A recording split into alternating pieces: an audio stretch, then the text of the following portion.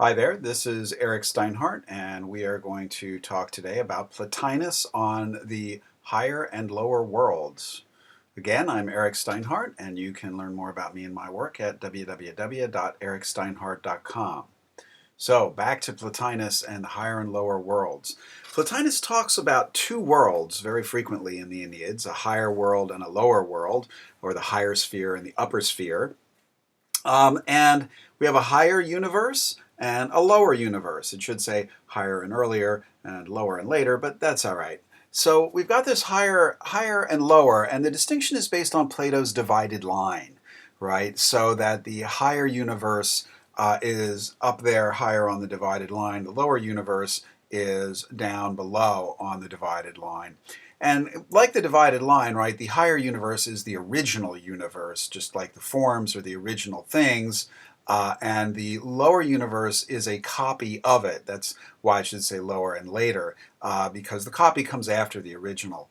But we're going to look at it like this. So Plotinus says that the original and the copy have counterparts, right? So that the Earth in the original universe is a counterpart of our Earth, and the Sun in the original universe is a counterpart of our Sun, right? So things in our universe are copies of their originals in the upper world, the higher world, the higher universe. But this counterpart relation is significant because Plotinus doesn't picture the upper world, the higher universe, as being some kind of ghostly supernatural realm, right? He says the sun is there, and what a sun it must be, right? And the earth is there, and the sky is there, and the birds are there, and the trees are there, right? Everything that exists down here below in the lower universe has a copy or a structural replica up in the higher universe. So the higher universe is, in fact, he says, boiling with life, seething and teeming with life. Well, just as a Platonist would say, the original higher universe is more valuable, it's more complex, its structure is richer, and of course the copy is less valuable and less complex. It's like a shadow cast by the original, right?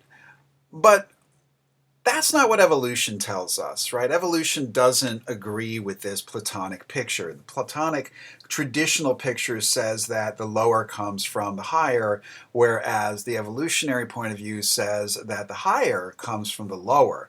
You start with something simple. There's alpha down at the bottom at the earliest time, and the lowest complexity alpha is simple, turns into something more complex, even more complex, then more complex, a circle, 3 circles, 4 circles, 5 circles, right? Complexity is increasing as time goes on. That's what evolution teaches us, and we need to make Neoplatonism consistent with evolution if we want to have any kind of serious modern approach to Neoplatonism.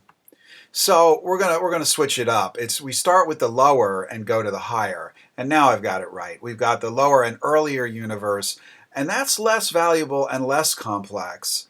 Fine. But it produces the higher and later universe, right? The lower and earlier universe is the original, and the higher and later universe is the copy. It's still more valuable and more complex because less complex things evolve into more complex things. Simpler things evolve into more complex things, right? Simple life, bacterial life evolves into, protozoans and plants and animals and mammals and humans. Things get more complex as evolution goes on.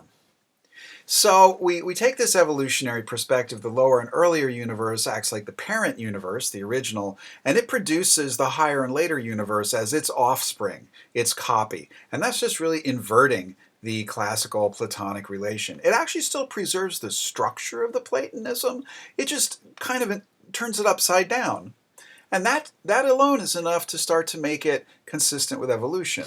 So cosmic reproduction, we have our parent universe, and it begets two children universes through some kind of asexual reproduction, right? It like splits like an amoeba, and so the Earth, the original Earth, has a copy Earth in each one of those universes. They'll be a little different, just like there are mutations in evolution. The Sun has a copy in each of the child universes, again, a little bit different because of mutations in evolution.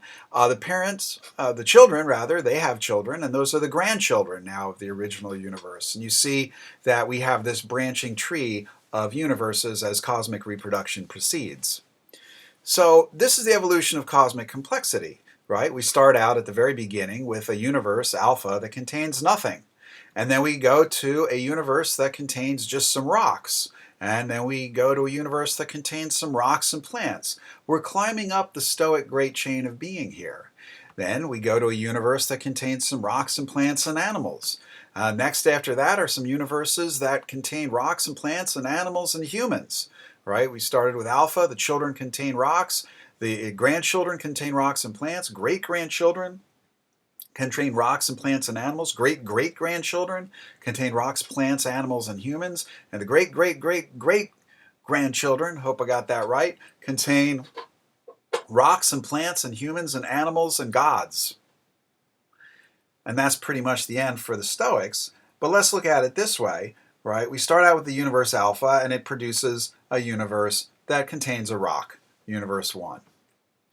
Here we're picking up on that counterpart relation that Plotinus talked about. The rock in universe 1 has 3 counterparts in universe 2. 2 of them are still just going to be rocks. There's no change in complexity, but one of them has evolved into a plant. Right, so evolution within universe 2 proceeds a little further than in universe 1. We go to universe 3, where the rocks in universe 2 have some counterparts. The first rock, counterpart's still just a rock. The second rock in universe 2 is a rock and a plant. Those are its counterparts. The plant in universe 2 now has 2 counterparts in universe 3, a plant and an animal.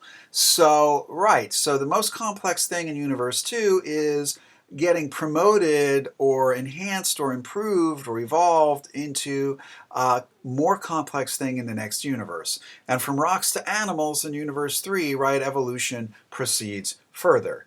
The same theme is going to carry us to universe 4, where things from universe 3 have counterparts in universe 4. Some of those counterparts become more complex. Right, complexity is always increasing, and so some of the animals, non-human animals in universe 3 became humans, and evolution in universe 4 proceeds all the way from rocks to humans, much further.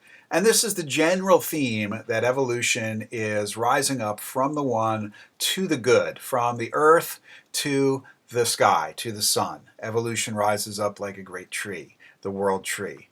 I've been Eric Steinhardt. You can learn more about me at www.ericsteinhardt.com, and that's Plotinus on the higher and lower worlds. Thank you.